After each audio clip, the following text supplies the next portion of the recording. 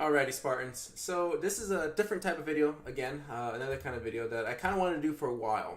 It's about the Let's Go Pikachu, Let's Go Eevee games that are coming out in November. I wanted to talk about the first trailer that came out. It was about over a month ago, but time kind of flew past faster than I thought. So there was a second one that came out that showed more gameplay footage. Where I figured, why not let's just talk about this one in particular. Now, I guess I should begin with saying that everything that I mentioned is my opinion, and just, I might speculate here and there. The thing is, the Let's Go games have caused quite, I guess, a stir in the Pokemon community. I'm not quite understanding why there's so much going against it, and why people that are really positive about the game aren't really being heard. It's really, really weird. And I don't know if you guys have been, watching other people kind of talk about these games, but it's just, it's so divided, and it's a shame because, it's a new Pokemon game. And I've done like a little recording before, one of my videos, where I just talked about how positive it was. I do remember now recording that little session. And I'm just like really excited about a new Pokemon game. Now, it may seem like I'm gonna be kind of bashing other people that talk negative about this game, and I'm gonna be trying really hard to try to be just all about my thoughts and my opinions on this. And you guys don't have to agree with me, and you guys are obviously more than welcome to disagree and then let me know in the comments. But kind of be nice about it. Don't just shout out hate. Don't just kind of like present arguments just to kind of, I guess, get a reaction. I'm not sure. It's, like I said, it's really weird because I've watched a lot of other YouTubers talk about these games, and it's, half of them are positive, half of them are negative about it, and it's just really odd. But anyway, let's just go ahead and get started. Now, I've never really recorded over another video before, and so I don't know how the whole copyright strike works out, and I'm hoping this goes through.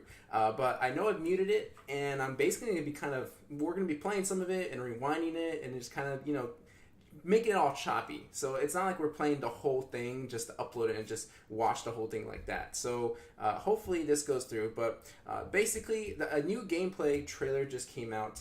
And I wanted to go ahead and talk about it because there's a lot of awesome things. I am extremely excited about this game. This is the kind of Pokemon game that, I feel like we've always wanted for such a long time. Like, we as Pokemon players since Red and Blue. I guess some people would disagree to that, but it's just, everything about this game is so beautiful. First and foremost, I really wish I could have played the audio because I love the Nintendo Switch intro, the whole Switch snap thing. It's just great. I don't know. It reminds me kind of like the GameCube where you got the. I don't know. Anyway, going on. This is about Pokemon. All right. So, this came out. I love this too. The Gotta Catch 'Em All. First and foremost, look at how beautiful everything is. Between Pikachu, between Eevee, everything is just so bright, colorful. It just makes you feel like a kid again. And I think that's one of the biggest things that this game has got going for it, is that it's geared for the kids, I think, of this new generation. I've been believing that this game is trying to bring in the new generation, especially those that may even not know a single thing of Pokemon. So the Pokemon Go players, basically, the ones that kind of downloaded the app, kept playing it because everyone was playing it, and they got into it, but they don't really know Pokemon. And so this game is kind of bridging the gap, which, again, I mentioned before in a video, where I just think this is an awesome, kind of marketing campaign in a sense, for Pokemon Company to try to bring in a much wider audience other than the core Pokemon community, the Gen 1ers or the Gen 2ers, 3ers. Is that a thing? I don't know. But you know what I'm talking about. So continuing on playing this, the video. So the titles, I like the design. I love this whole the color scheme to it, the tails here at the end, the let's go. I love the phrase too, let's go Pikachu, let's go Eevee. Other YouTubers are saying it's, it just brings you back to that moment when you're playing Pokemon, oh yeah, let's go, Squirtle, let's go Charmander, and in the anime he says it too, let's go. So I just really think that's an awesome catchphrase to go with these titles. And now, and look at all of this. Like, look how happy he is. Look, this is Pallet Town. I'm pretty sure this is like Professor Oak's lab, and that guy's just always been there. Explored Kanto never before. For some whatever reason, I don't understand. Kanto is getting a lot of hate. I love Kanto, and maybe it's just because I started with Kanto. It's the same idea as like I play Halo, and I played Halo since the beginning, but I always think Halo 2 best Halo game so far. It's gonna be the best one for me always. But then there's people that started playing Halo when it was Halo 3, and they're saying Halo 3 is the best or Halo Reach is the best. And I think it just depends on when you started playing games that it's always going to be, that's going to be your home base. And so for me, Kanto, like, that's just where I started. I just remember all the Pallet Town, the music behind it, the Pallet Town, Viridian City, Cerulean City, Cycling Road, all of those different routes and towns and everything. It's just great. I love Kanto. I don't think I could ever get sick of Kanto. But I understand, yes, every other year, if not like every other game or something like that, like they just always kind of go do a throwback to Kanto. But I think that's just Pokemon Company, just making sure that they remind us, hey, we're not completely, we've been in this business for so long, but we're not forgetting our roots, because everything about Red and Blue was just fantastic. To me, they're masterpieces. And I can never get tired of playing them. I'm still playing my blue version right now, actually, with my daughter. So it's great. Oh man, it's great. I love it. You get to ride Pokemon. Like, this is awesome. I'm not a Charizard fan, but I would love to ride Charizard like this. This is awesome. What is it? Lapras? That is cool. What I'm really hoping, actually, one thing that I really want to see is, when I play is my Blastoise. Like, if I get to ride on the shell and then just kind of swim along, oh, that would be great. But look how beautiful this is. And a lot of people are like kind of bashing on the graphics for some reason. I get that there are, obviously the Switch has capability of being a lot more realistic. I mean, look at Odyssey, look at Breath of the Wild. There's like a yokai game too that's like hyper realistic, even though it's like an anime. And I get that, but Pokemon has got like this such unique style to it that if you try to go too, I guess, real or try to even push it out, I feel like it kind of loses a little bit of it. Not saying that it can never be like that. I'm sure it can, but I think this gradual like evolution of its graphics of, hey, we've always been on the handheld system and this is what we're kind of used to and this is how we've always done it. We're trying to push the boundaries here. Obviously, this is kind of like Sun and Moon, Ultra Sun and Moon kind of style, but like a lot more polished, a lot more detail. And I think that's just going to help them, change or develop into what we're going to get for probably the next year for the 2019 core game for Pokemon. And I'm a fan of these graphics. I love it. It's beautiful. It's cartoony. I like that style. It just reminds me of Pokemon. I feel like I'm watching an anime episode right now from Pokemon, to be honest with you. It's great.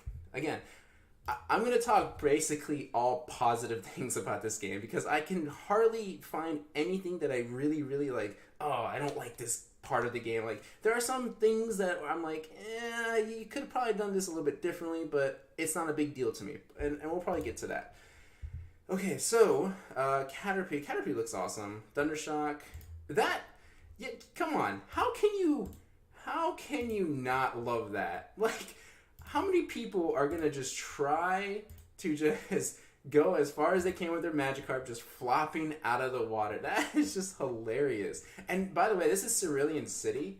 You can tell by Nugget Bridge back there, but what I've really liked, and I don't know if this is like the intent, but if you've noticed, the roofs to these houses, they're blue, but they look like fish scales. Because, I mean, I see it as, okay, Mystery's a water Pokemon trainer. Water, there's fish, you have Goldeen, you have Phoebus and all of them, Magikarp obviously, so scales on the roof. It makes sense to me, and I love it. I love the whole blue color scheme. I remember when I played, I think it was Yellow. I think Yellow was the first one to be on Game Boy Color, and then when you get into Cerulean City, most of it was blue, and it was just great. Love water Pokemon. If you can't already tell. All right, so This is also causing a huge like argument as well, and I can understand, and I think I can explain something about this. So we finally get a chance to kind of get to know just a little bit more about the rival in this game. Now we're used to Gary Oak being like a jerk, and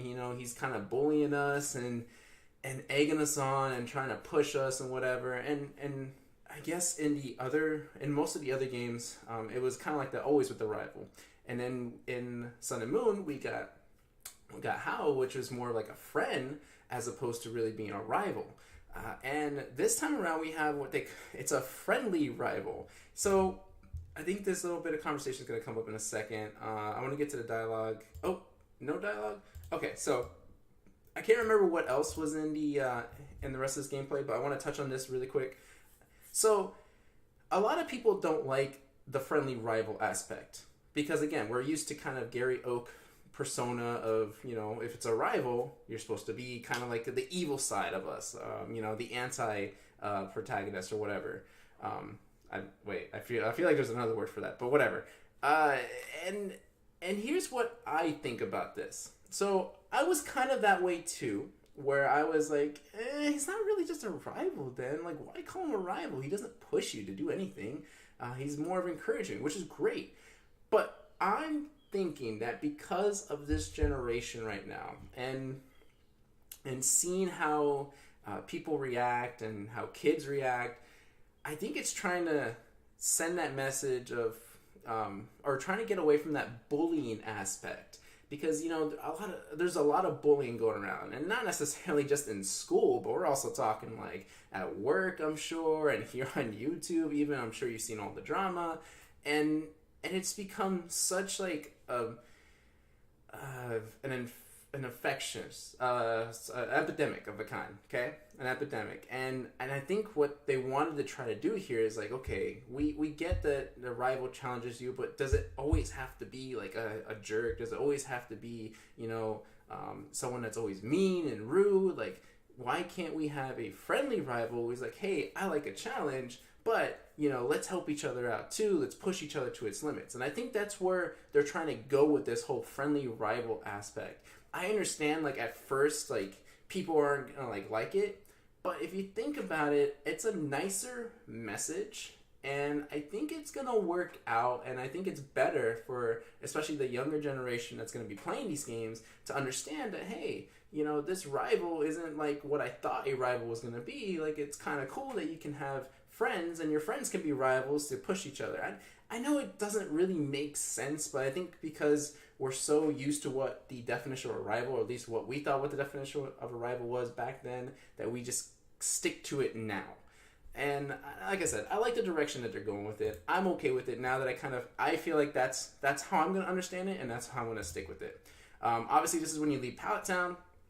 Pretty cool. Professor Oak looking snazzy with his coat. They're all shocked. This is kind of cool when you choose your Pokemon. See, he kind of looks like he's a little bit kind of a jerkish, maybe. I don't know. Maybe he's like, no, I wanted that Pokemon. I don't know. Well, it's going to be interesting how the rival works out. Actually, what I would have liked if there were dialogue options where however you react to your rival and whatever you say will determine what kind of rival he is, whether he wants to be the friendly rival or the Gary Oak kind of rival. And I think that would have probably appealed to a lot more people and have been more interesting, giving the game a little bit more depth too. So I think that's something that I think Pokemon should consider, is like eventually getting dialogue options for us, so that way we can kind of really create our own journey in that sense. So this is pretty cool. Pick the starter Pokemon. Obviously it's going to be Pikachu. There are some choppiness to this. You can kind of see here with the feet and the arms. It's not completely crisp, but it did say earlier that this footage is not final. So obviously I'm pretty sure it's going to be a lot more polished than what it looks like right now. But even as it is, looking at it right now, I love it. It's great. I don't have any big complaints about it. Yeah, this might just bug me, but if I'm really into the game, I'm really not going to notice that much of a difference there. It's really not going to, pop out to me. There's Eevee. And then I think this is where to get into the haircuts. So they're just kind of doing a little animation. It's kind of like Pokeami, something like that. Which this is kind of cool. Your partner can be male or female. We've seen this in previous games, and then in Pokemon Go they also released this as well. So Pokemon Go players will recognize this. And what was interesting with the Eevee, like it took me a while to figure out like what's the difference between these two. Let me see if I can get a better shot at this. Sorry. Yeah, it took me a while to figure out what the difference between these two were, and then I realized it's their tail. Like this one is a lot more like pointier, and this one's rounder with the lobes there. Like that's kind of cool. That you're they have those gender differences there that you can obviously tell them apart. All right, and then you can customize your character, which is really cool. I'm wondering how in depth though you can customize your character, because right now they're just showing us like matching sets, and what if I want to wear like this hat with that shirt or something like that? Like I'm wondering how in depth the customization is. But I think they're probably testing the waters and see how the customization goes, so that way when we get the next Pokemon game, they can go all out with it. All right, and then next, now they finally do, and this is kind of cool. You can dress up your Pokemon. The hairstyles. Okay, I'll give people this. Some of the hairstyles are really really lame, bad. I don't know. Like this is weird. This little curly thing on Pikachu is weird, but here's the thing. What is really the big problem though? Because if you think about it, if it's your Pokemon, you care about it, you groom it the way you want it to be groomed, it's your style that you want it. Like that's just how it is. Like we've seen it before in the anime. Some trainers groom their Pokemon the way they want it to be. There's Sparky with the spiky hair. What was it? I think there was an episode in XY where there was like a Pikachu Rockstar kind of trainer, and he had his own style. Like it just makes sense. Like we should have all these different haircut options. Like why not let trainers be able to choose their hairstyle for their Pokemon if they want to change their hairstyle? Yeah, some of them are gonna look kind of bad, but I mean that's so just don't pick that style for your Pokemon. If someone else wants it, then that's their style. Leave them be. All right, so the hairstyles I think is a nice little touch. This is cool. Okay, the whole traveling again. I love seeing that. I love that you can add another Pokemon to walk with you, because I was thinking this whole time like, oh man, it's just gonna be Pikachu walking with us. But then we got to see other Pokemon walk with you, and you got to ride other Pokemon, and you got Charmander here, and then you got Bulbasaur, and then this next part, this hits home. This is where this won me from here on out. I'm like, nope, this game 100% loving it. No, this right here, the walk with Squirtle, this is what I've always imagined when I played Pokemon Blue. I just Squirtle walk with me, or even when Gold and Silver, when you actually got the Pokemon to walk out with you. It's just great. And like I could re-watch this like few second clip over and over and over again. It's just amazing. This is cool, riding Onix, Arcanine, which is pretty sweet. There was, I guess, a question. I wonder if you can ride a Dodrio, because you technically can, and they've done it in the anime. I don't know about a Ninetales, since it's a lot it's a lot more slick. It's not as like heavy set as an Arcanine. But, it'd be interesting to see what Pokemon we can ride here.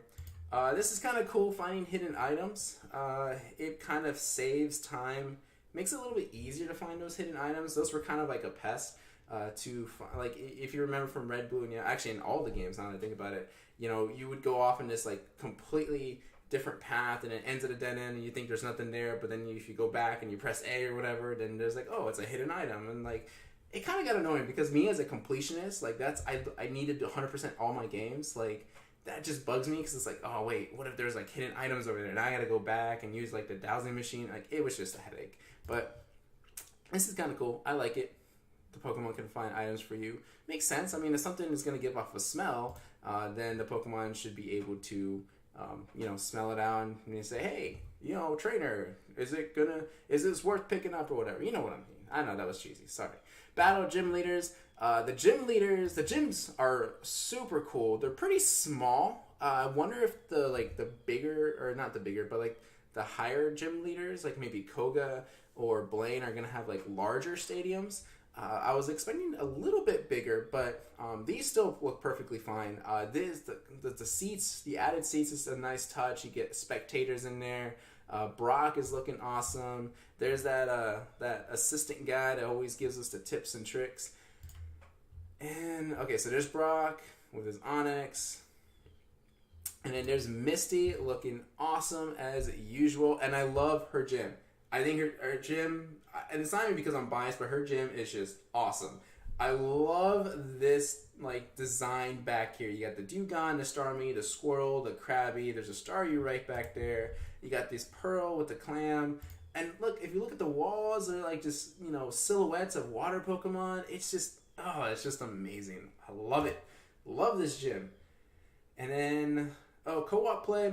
I'm curious to see how many people are going to play this co-op, because we've always done Pokemon as just a solo game, and I know because of Pokemon Go, there was a lot of people, build communities to try to, do raids together, battle gyms together, things like that. So I'm curious to see if a lot of people are actually going to take advantage of this whole co-op play for Let's Go. I'm not sure what to think of it.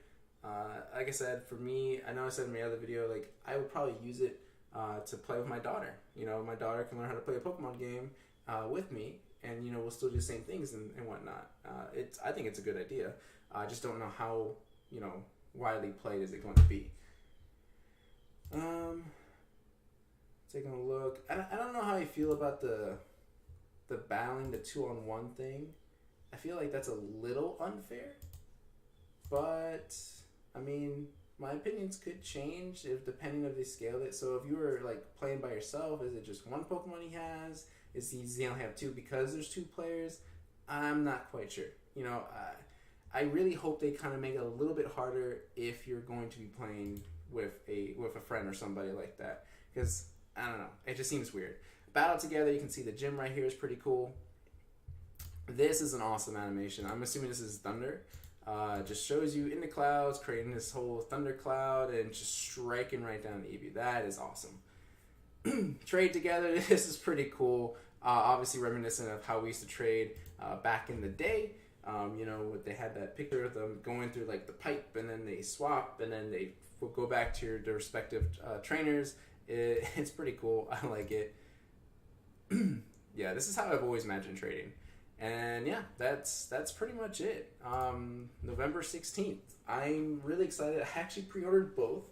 And I pre-ordered both bundles, so I'm getting 2 Pokeballs. I'm assuming someone else here in my family is going to want to play probably.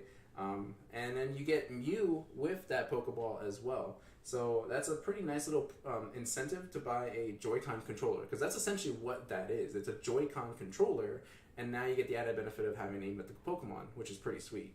Like I said, there's a lot more negativity toward these games than there shouldn't be that much.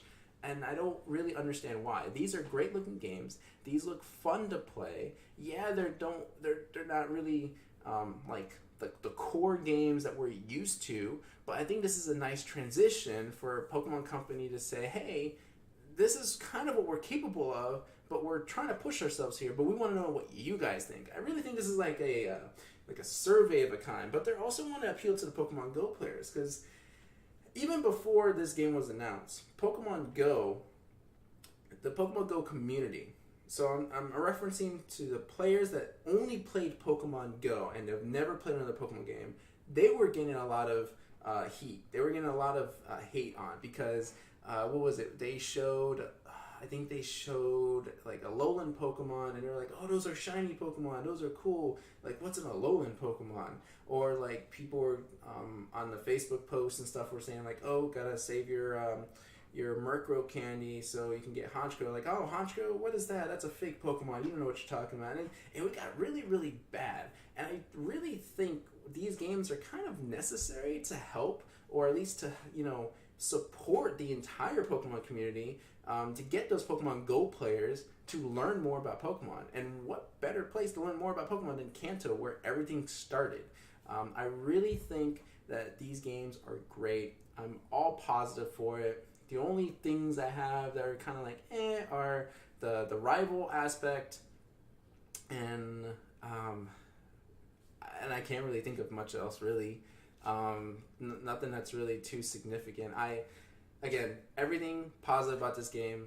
I think everyone should try it out. I really think that it's gonna be a lot more fun than what people think it's gonna be. I think there's already too much disillusion. Maybe I think we just really wanted the next core game, but the next RPG core game. But unfortunately, they're taking more time on it, which is fine. Take the time that you need to build a top notch, the next red and blue kind of thing. But I think these are great in between games to kind of hold us still. And if they continue to do Let's Go games, which I'm all for it, if they continue to do Let's Go games, obviously those are going to get better too. And a lot of people, I think, are complaining about the whole Pokemon Go integration. Again, this is to help bring the entire Pokemon community, because I think we're too some Pokemon some Poketubers are kind of, I feel like some of them are a little bit closed-minded, where it's like, hey, Pokemon community are only those players that play the Pokemon RPGs, nothing else. And it's not fair to the Pokemon Go players, because, they are starting to like Pokemon a lot more now because of that game. Let's bring them in and, show them what Pokemon has been for the last, 20-something years. And that way we can help support, like I said, the entire Pokemon community, and not just, there's Pokemon Go players and then there's, Pokemon core game players or whatever. No, it's all Pokemon. Everyone should be having fun doing everything, and this is, I'm hoping, is the game that's gonna really integrate the two. But yeah, it was a lot for me to say. I hope you guys pick it up. Let me know down in the comment section which one you're gonna pick up. If you're gonna pick up Pikachu or Eevee. Like I said, I pre-ordered both, but I'm gonna be playing Pikachu first, and I'm gonna try to stream it too. I gotta get a capture card for that. And that way you guys, if you're still kind of iffy about it, you can at least watch my gameplay, and then I'll upload the videos here on YouTube, so that way you can kind of get a feel for it, check it out yourself, and then maybe go buy it. But I highly recommend everyone go get this game. And no, I'm not paid by Pokemon Company. I don't think Pokemon Company even knows I exist. I'm only 100-something subscribers. I'm like a speck to them. But I'm all for this. Let's go Pikachu, let's go Eevee, November 16th. I guess there's nothing else to do but do whatever else you gotta do, guys. I'll see you in the next video.